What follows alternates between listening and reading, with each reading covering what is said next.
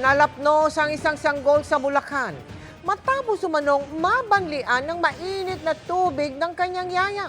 Pinaghahanap na ang kasambahay na umalis at nagtago raw pagkatapos ng insidente. Nakatutok si Jamie Santos. Exclusive. Kahit sa lamok, di pa dadapuan ni May, di niya tunay na pangalan ang kanyang unika iha.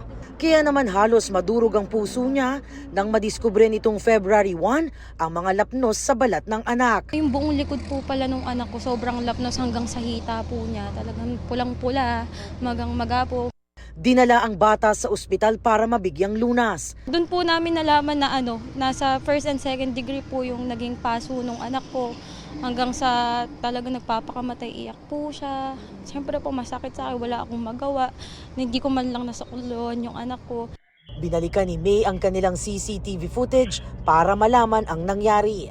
Sa CCTV na ibinigay sa GMA Integrated News, 9:39 ng umaga, nang paliguan ng yaya ang baby sa loob ng CR. Pero maya-maya, maririnig ang palahaw ng sanggol.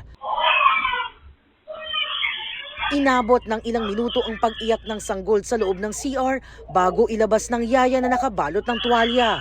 Sa sala, makikitang ilang beses pinunasan ng sanggol at wala pa ring tigil sa pag-iyak. Sinubukan ng yaya patahanin ng sanggol pero wala itong tigil sa pagpalahaw.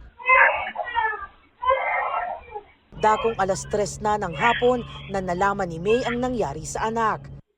Matapos ang pagsabi ng iba-ibang dahilan, lumabas ng paliguan daw ng yaya ang bata. Nabuhusan niya ito ng mainit na tubig. Halos mamatay po yung anak ko eh. Kung paano po kung wala kami that time, paano po kung pares kaming hindi kayang umuwi ng ganong oras, paano na lang po yung anak ko. 6 na oras pong nagtiis yung anak ko sa sakit bago po siya nagbigyan ng first aid. Na dapat po una pa lang sinabi na po niya sa amin kung talaga pong nagmamalasakit siya sa anak ko.